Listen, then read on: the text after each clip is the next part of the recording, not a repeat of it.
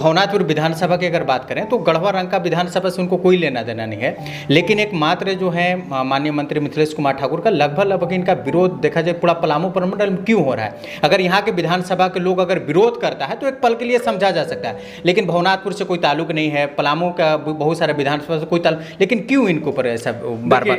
इसका तो एक कारण आपको बता दिए कि यहाँ से जेएमएम के एक सीट से विधायक बन के मंत्री बन गए हैं, और एक इतना काम करके जो है इन लोग पर कहीं ना कहीं जनता का दबाव जो है बनना शुरू हो गया कि आप भी काम कीजिए। अब फकैती करे बकैती करने से काम नहीं चलेगा, काम कैसे किया जाता है तो देखिए मिथिलेश ठाकुर जी को। तो एक दबाव ये, दूसरा कि जब से छोटे राजा जी और ताहिर जी को एक मंच पर माननीय मंत्री मिथिलेश कुमार ठाकुर जी लाए हैं बिल्कुल, और जेएमएम ज्वाइन करा दिए हैं, तब से इनका रात को इनको दवा खा के सोना पड़ रहा है। और ये रोज उठते जरूर हैं, लेकिन इनका दिन इसी सोच में बीत जाता है कि अगर दोनों में से कोई एक चुनाव लड़ गया तो हम धाराशाही हो जाएंगे। और जनता भी अकबकाई हुई है। पिछले बार में अगर आप देख लीजिए तो कुछ ऐसा माहौल भवनाथपुर में बनाया गया, इनके द्वारा प्रचारित किया, भ्रम किया गया, तभी ये विधायक भी बन गए। और नहीं तो अगर सामान्य रूप से जाति धर्म को न लाया जा बीच में और काम पर बात हो के और कौन प्रतिनिधि कितना सक्रिय इस पर बात जब हो तो उसमें भानु जी को वहाँ की जनता नकार देती है। अभी फिलहाल जो उनका प्रोग्राम हो रहा था, उनका जो वीडियो वायरल हुआ हम लोग देखे, माननीय मंत्री जी को भी अपशब्द का भी जिक्र उसमें कर रहे हैं, जो उल्टा सीधा बोल रहे हैं वो वीडियो में। देखिए हम तो बोल रहे हैं कि मानसिक संतुलन तो खो दिए है ना। तो अपने लोगों के बीच में बैठते हैं तो चर्चा करते हैं कि एक सीट हमने हार गई ली, एक सीट भाजपा हार गया, अब आज हम लोग सब विधायक पर अकेले भारी मिथिलेश कुमार ठाकुर हैं। अगर ये हम लोग जीत जाते तो आज हम लोग को पलामू प्रमंडल में जैसे इनका बड़बोलापन का है, तो भाजपा भी इनको नकार दी। इनको लगता था कि हम नेता प्रतिपक्ष बनेंगे, इनको ना सचेतक बनाई, ना नेता प्रतिपक्ष बनाई, ना यहाँ इनको प्रदेश अध्यक्ष, खैर प्रदेश अध्यक्ष का तो कमान की अपेक्षा भी नहीं रखे थे, लेकिन नेता प्रतिपक्ष का रखे थे। लेकिन भाजपा इनको जो है दरकिनार कर दी, क्योंकि जब ये ज्वाइन किए थे तो बड़ा बड़ा टीवी चैनल में चला था कि 130 करोड़ का दवा घोटाला का आरोपी भाजपा में शामिल, वॉशिंग मशीन पार्टी में शामिल, अब देखिए इन पर कोई कार्रवाई ईडी की नहीं होगी। और सच्चाई भी यही हुआ। तो भाजपा भी जानते हैं कि इनको अब ज़्यादा जिम्मेदारी देंगे तो फिर सवाल उठेगा। उन्हें क्या लग रहा है, भाजपा ईडी का क्या इस्तेमाल कर रही है क्या? पूरी तरह से, सिर्फ ईडी का नहीं, चुनाव आयोग का इस्तेमाल हो रहा है, सीबीआई का इस्तेमाल हो रहा है, और खासकर ईडी तो अभी बहुत। आप देखिए ना, राजस्थान में चुनाव हो रहा है, दिल्ली में मुख्यमंत्री को परेशान करने के लिए भी नोटिस दे दिया गया। अब चुने हुए 3.25 करोड़ का ये राज्य है झारखंड, चुने हुए प्रतिनिधि जो जनता चुनी हुई है उसको आप ईडी, ठीक है एक संस्था है, स्वतंत्र संस्था है, वो उनको नोटिस देकर आप बुला रही है, ये कहीं ना कहीं उस नेता का भी अपमान है। और जो जनता चुन के उनको वहाँ बैठाई है वो जनता के भी जनमत का तिरस्कार है जी। और मुझे लगता है कि जिस तरह से भाजपा के नेताओं पर क्यों नहीं कार्रवाई हो रहा है, भाजपा राज्यों में जाके ईडी क्यों नहीं छापा मार रही है, इतना बड़े बड़े उद्योगपति यहाँ से भाग जा रहे हैं जी। अभी हाल फिलहाल गुजरात के कई उद्योगपति भागे, ललित मोदी, नीरव मोदी, इसके अलावा अभी हाल फिलहाल भी कुछ लोग भागे।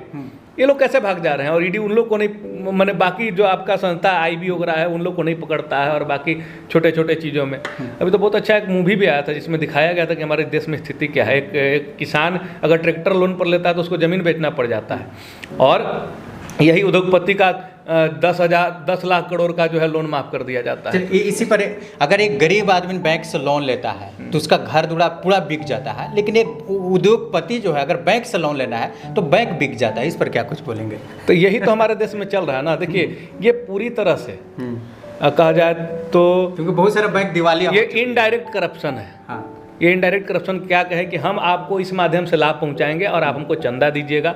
2014 में जो हेलीकॉप्टर उड़ के प्रचार हुआ, जो सोशल मीडिया पे प्रचार हुआ, जो प्रशांत किशोर की टीम को हायर किया गया, ये सब पैसा कहाँ से आया था? ये ऐसे ही उद्योगपति इनको क्या किए, इनको सबसे पहले चंदा दिए और जब ये बन गए तब इनसे वसूल रहे हैं। अब मजबूरी इनको अपना जो है सो जो कर्जा है उसको चुकाना पड़ रहा है। नहीं तो जो आदमी 2014 में 10वें पैदान पर 12वें पैदान पर था अमीरों की सूची में, आज पहले पैदान पर आ रहा है। कैसे? स्टॉक में घोटाला हो जा रहा है। तो ये ऐसे गढ़वा की जनता इंतजार कर रही है। सामने में समरनालय बन के तैयार है, आपका टाउन हॉल बन के पूरा कंप्लीट तैयार है, और सामने में अभी जो है पार्क जो है वो अभी तो काम चल रहा है, लेकिन जनता इंतजार कर रही है इसका हम लोग द्वार कब देखेंगे, हम लोग अंदर कब जाएंगे, डेट मीन्स कहे तो उद्घाटन कब, इसका क्या कुछ निश्चित पार्टी द्वारा किया गया है? देखिए टाउन हॉल तो 3 महीना पहले ही से बन के तैयार है, कुछ उसका जो फर्निशिंग का काम है सो पूरा होना बाकी है। समाहरणालय भी लमसम कंप्लीट होने का कगार पर है। फुटबॉल स्टेडियम जो सदर अस्पताल के सामने बन रहा है वो भी अब लगभग कंप्लीट हो जाएगा। लेकिन जो बिरसा मुंडा पार्क है वो कंप्लीट होने में कुछ समय लग रहा है। तो हमारा यही सोच है कि माननीय मुख्यमंत्री जी के हाथों इसका उद्घाटन हो और जनता को समर्पित हो। और एक योजना के लिए क्यों माननीय मुख्यमंत्री जी का समय बर्बाद किया जाए, एक साथ 4 योजनाओं का। और तब तक मुझे लगता है कि बस स्टैंड जो आपका बिल्कुल अंतर्राज्यीय बस स्टैंड के रूप में जो विकसित हो रहा है, तो हम तो बोल रहे हैं कि इतना कम 1-2 किलोमीटर के अंदर देखिए ना कितना काम चल रहा है। हम एक्सीलेंस स्कूल को निकाल देते हैं, हम बाकी चीज़ों को निकाल देते हैं, तो 4-5 तो बड़ी योजना ही है जी। तो हम लोग विकास पर फोकस कर रहे हैं। हो जाएगा जब सब काम पूरा हो जाएगा तो कभी भी उसका उद्घाटन और जनता को समर्पित कर दिया जाएगा। लेकिन आधा अधूरा में हड़बड़ाहट क्यों है? हम तो बोल रहे हैं ना, वो मंडल डैम है शायद। जी हाँ, बिल्कुल मंडल डैम है, याद आ गया। पलामू का वो मंडल डैम है। हम लोग को तो कोई लोकसभा में प्रधानमंत्री जी से आके झूठा शिलान्यास करके वोट थोड़ी लेना है। जब उसको लगेगा, अब यहाँ तो बाईपास का 2017 में आपको याद होगा, 2018 में यहाँ बाईपास का झूठा शिलान्यास कर दिया गया था ना। उस समय DPR पूरी तरह से बना था ना, उसका टेंडर निकला था। अब कैसे शिलान्यास कर दिए थे यहाँ के अभी वर्तमान सांसद, अब तो उनको जवाब देना चाहिए। तो ये बहुत सारी ऐसी चीज़ें हैं। पहले लोग क्या करते थे ना, इन लोग ऐसा सोचते थे जनता को, जैसे सुदूरवर्ती ग्रामीण क्षेत्र में जब जाते ना तो ये लोग गाड़ी में कई बोरा नारियल लेके घुमा करते थे। और चुनाव के समय जब जनता कहती ना ये रोड नहीं बना है, ये रोड नहीं बनल, वोट नहीं दे का के लिए रहुआ, बस का करते फटाक से का 2 नारियल निकलता, गाड़ी रुक जाती। हाँ, गाड़ी रुकता, 2 नारियल निकलता, वहीं पत्थर पर पटकाता, फूटता, बोले शिलान्यास हो गिलक, चुनाव खत्म है। चुनाव में तो काम नहीं लगला ना, आचार संहिता ऐसे पूर्वक बनाते थे। आचार संहिता बा चुनाव में काम कैसे लागे, तुम काल से न लगवा देती, चुनाव खत्म होके दी हूँ, वोटवा दी हूँ ना, हमको बनवा दे।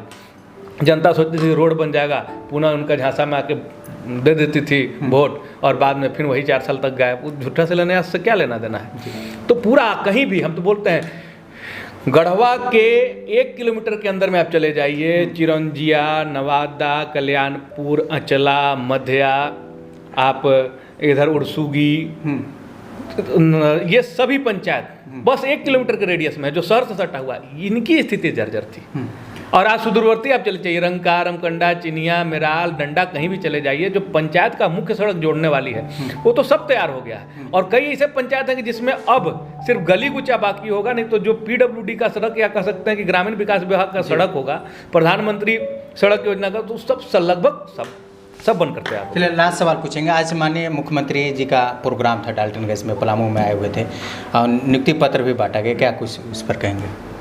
सरकार की आशावादी सोच को देखिए, कहीं ना कहीं रोजगार को लेके जिस तरह से समर्पित हैं हुआ। 2020-21 में कोरोना काल में जो है सो सरकार चाह के भी कुछ कर नहीं पाई जी।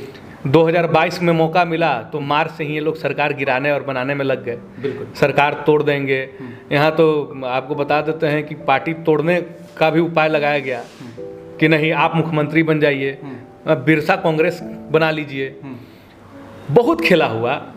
फिर वहाँ से भी मुख्यमंत्री जब निकट के आ गए तो फिर देखिए अभी ED का समन, और नवंबर-दिसंबर में तो परेशान लगातार किया गया। इस बीच में भी माननीय मुख्यमंत्री जी ने जो है 1932 का खतियान लागू करके और 10वीं और 12वीं जो झारखंड से पास किया है उसके आधार पर नियुक्ति देने का कोशिश किया।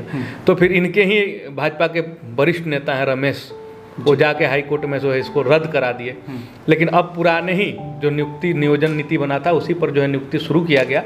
और बहुत सारा टीचर का, आपको APP का, और इसके सहित अनेकों पद पर पंचायत सेवक का जो रिजल्ट पेंडिंग था, सारा तो बहुत लोगों का जो है सो नियुक्ति शुरू किया गया। और उसी में अभी जो है सो श्रम विभाग के द्वारा जो पलामू में ऑफर लेटर जो है सो माननीय मुख्यमंत्री जी बांटने आए थे, और आज वो बखूबी लगभग 5,500 लोगों को वहाँ ऑफर लेटर दिया गया है। तो सरकार का प्रयास है। मुख्यमंत्री रोजगार सृजन की योजना के माध्यम से 25 लाख तक का लोन दिया जा रहा है, जिसमें 40% या 5 लाख तक माफ़ करने का बात है।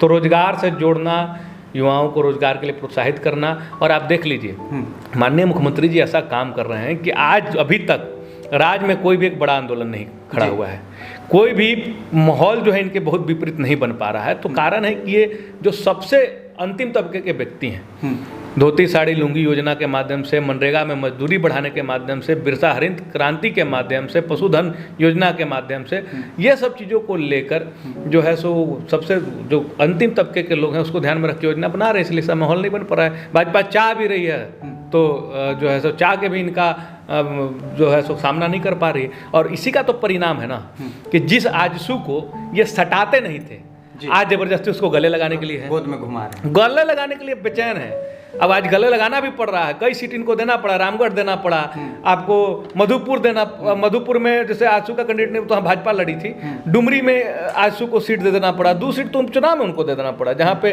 सेकेंड नंबर पर भाजपा थी।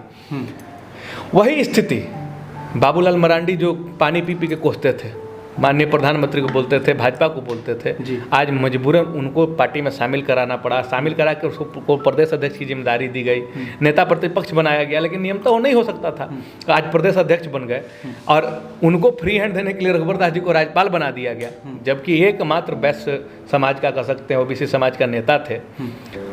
उनको भी साइडलाइन करके पार्टी जो है सो बाबूलाल जी को ला रही है सामने की, कम से कम अब ये तो माननीय मुख्यमंत्री जी हेमंत सोरेन जी का सामना कर ले, लेकिन नहीं कर पा रहे हैं जी। अब सुनने में आ रहा है कुछ और लोगों को साथ लाया जाएगा।